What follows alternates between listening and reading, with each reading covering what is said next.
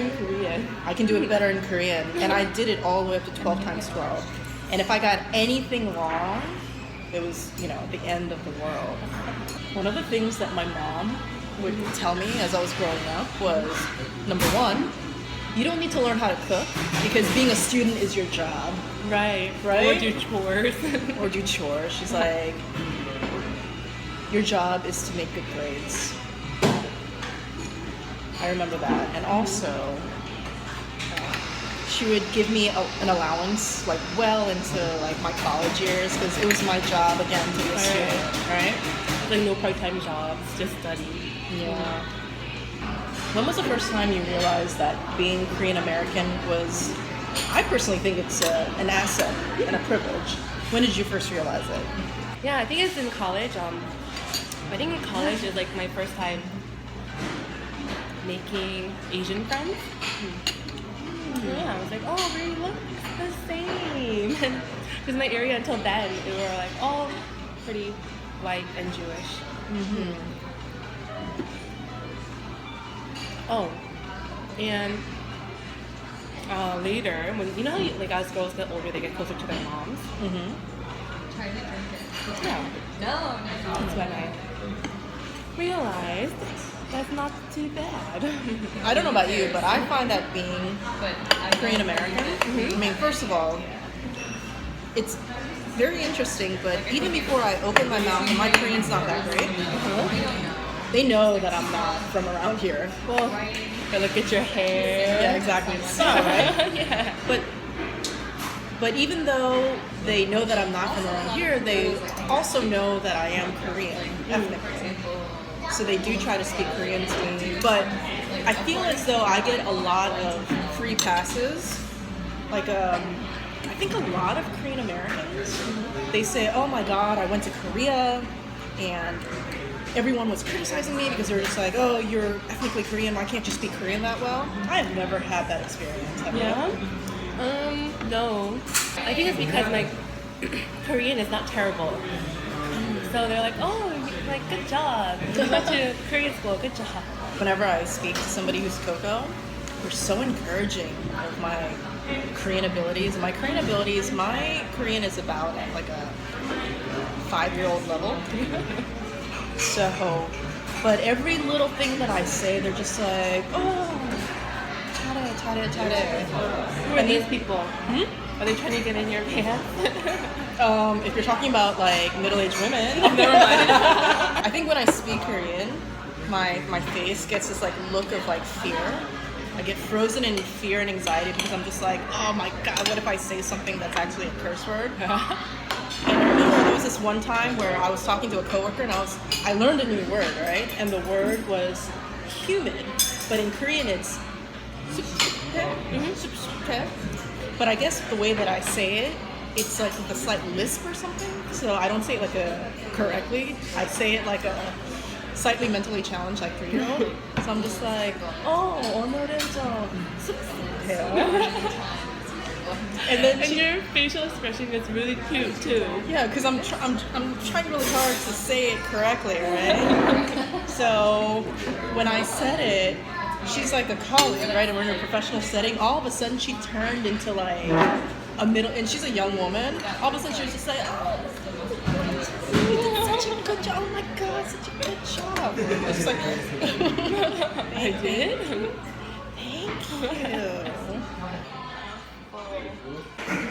This is almost done. This is very sad happy.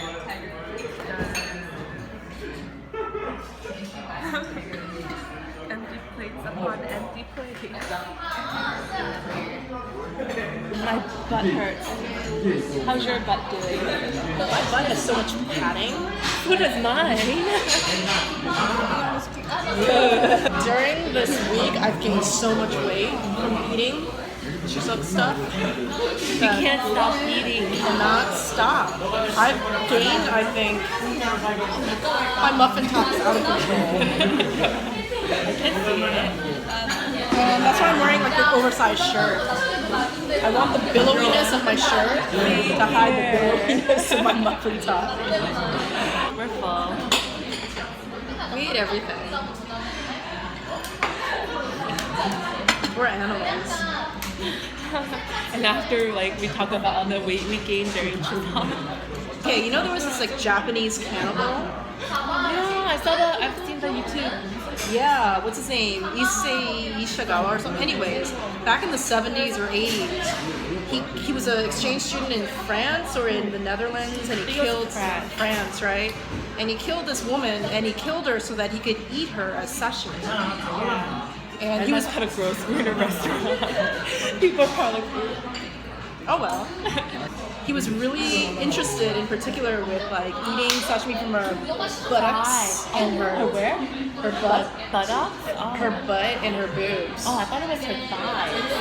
Oh, everywhere. But it was just like, let's try, right?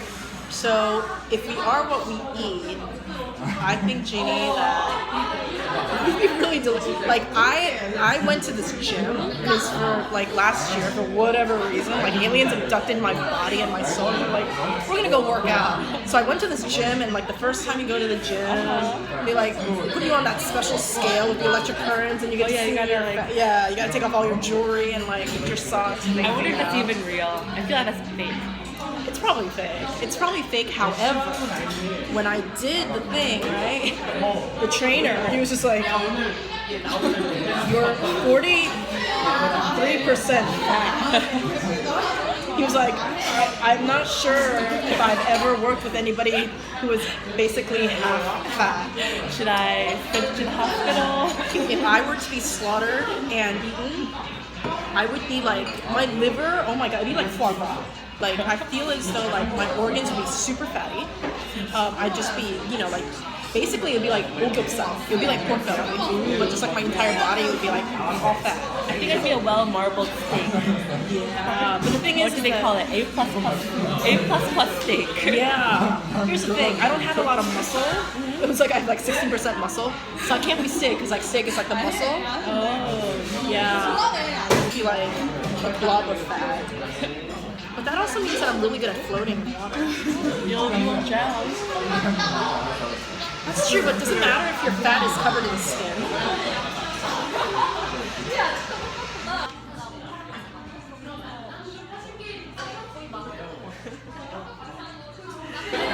Well, thank you guys for watching, and again, if you have any suggestions on where we should eat next, we're open to that. Just leave it in the comments.